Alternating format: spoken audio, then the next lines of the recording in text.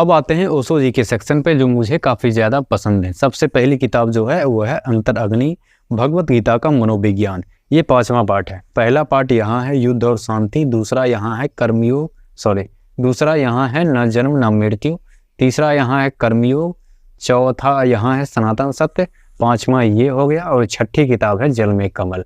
तो ये 6 पार्ट में है भागवत गीता का मनोविज्ञान। फिर है learning to silence the mind, ये काफ़ी अच्छी किताब है, आप इसे पढ़ सकते हैं। ये है ओशो का हृदय सूत्र, ये अच्छी किताब है, आप इसको भी पढ़ सकते हैं। फिर है कहे कबीर में पूरा आया, कहे कबीर में पूरा आया, इस किताब को भी आप पढ़ें। कबीर जी काफ़ी जाने माने और काफ़ी अच्छे हैं। फिर है सबसे कंट्रोवर्शियल किताब संभोग से समाधि तक।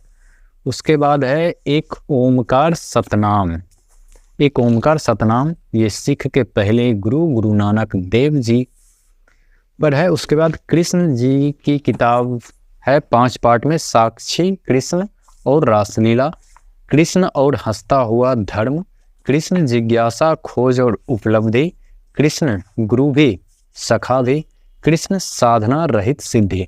ये 5 पार्ट में कृष्ण जी की किताब है, आप इस किताब को ज़रूर पढ़ें। आपको भगवान श्री कृष्ण के बारे में बहुत सारी चीज़ें जानने को मिलेगी और बहुत कुछ चीज़ें सीखने को भी मिलेगी। अब कुछ छोटी छोटी किताबें यहाँ पर हैं जिसको भी आप एक नज़र देख सकते हैं, ये काफ़ी अच्छी किताब है।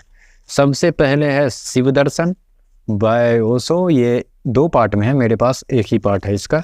ओशो का चेती सके तो चेत, सहज योग, प्रार्थना और आनंद, मैं धार्मिकता सिखाता हूँ धर्म नहीं, ओशो ज्योतिष विज्ञान, ये इससे थोड़ी मोटी किताब है, मैंने पतला वाला खरीदा था, इससे काफ़ी अच्छी किताब है, आप इस किताब को पढ़ सकते हैं। नई क्रांति की रूपरेखा, अब क्रांति करना है तो इस किताब को ज़रूर पढ़ें। जात हमारी ब्राह्मण है, एक अच्छा कटाक्ष वाला बुक। कृष्ण मेरी दृष्टि में, ये भी और भी पार्ट में है, मेरे पास एक ही पार्ट है। धर्म और राजनीति, संभावनाओं की आर्ट, कभी भी संभावनाएं ज़िंदगी में ख़त्म नहीं होती, वो आपको जानना है तो उसके बारे में ये किताब है।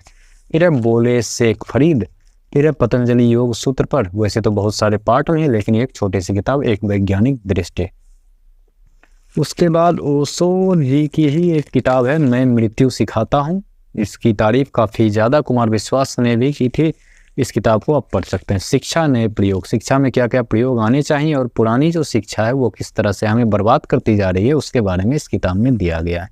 फिर कुछ किताब जो ओशो जी की मैगज़ीन है, पहले ज़्यादा पैसे नहीं होते थे तो ओशो का मैगज़ीन खरीद देख लेते हैं, 2018 का बुक है, तो उस वक्त मैं मैगज़ीन खरीद लेता था, किसी भी स्टेशन पर जाता था, 30-40 रुपया 50 रुपया में ये मैगज़ीन मिल जाते थे।